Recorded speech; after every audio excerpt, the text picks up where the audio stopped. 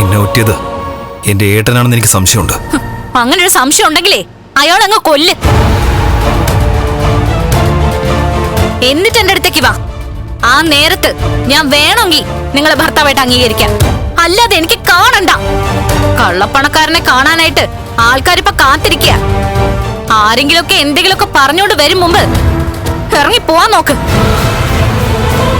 ഒരു വീഴ്ച വരുമ്പോ കൂടെ നിൽക്കേണ്ട ആളല്ലേ ഭാര്യ.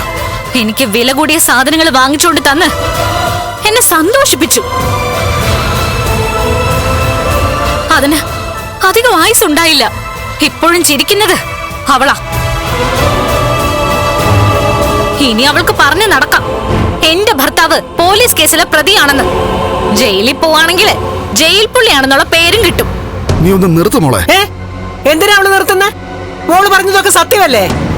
ജയിൽ പുള്ളി എന്നൊരു പേര് വീണാലേ പിന്നെ ഉണ്ണീന്നാരും വിളിക്കില്ല. ആ പേര് വിളിക്കാനായിരിക്കും പിന്നെ ആൾക്കാർക്കൊക്കെ ഇഷ്ടം. വീൽ ചെയർ നടക്കുന്നവനായാലെന്താ, ലക്ഷ്മിയുടെ ജീവിതം രക്ഷപ്പെട്ടു എന്ന് പറയുന്നവരും ഉണ്ട്. പ്രത്യേകിച്ച് അമ്പലത്തിൽ വരുന്ന ചില നാണവും മാനവും കെട്ട വർഗങ്ങള്. ഇനിയിപ്പം ആ പറച്ചിലിനൊക്കെ അങ്ങ് ശക്തി കൂടും.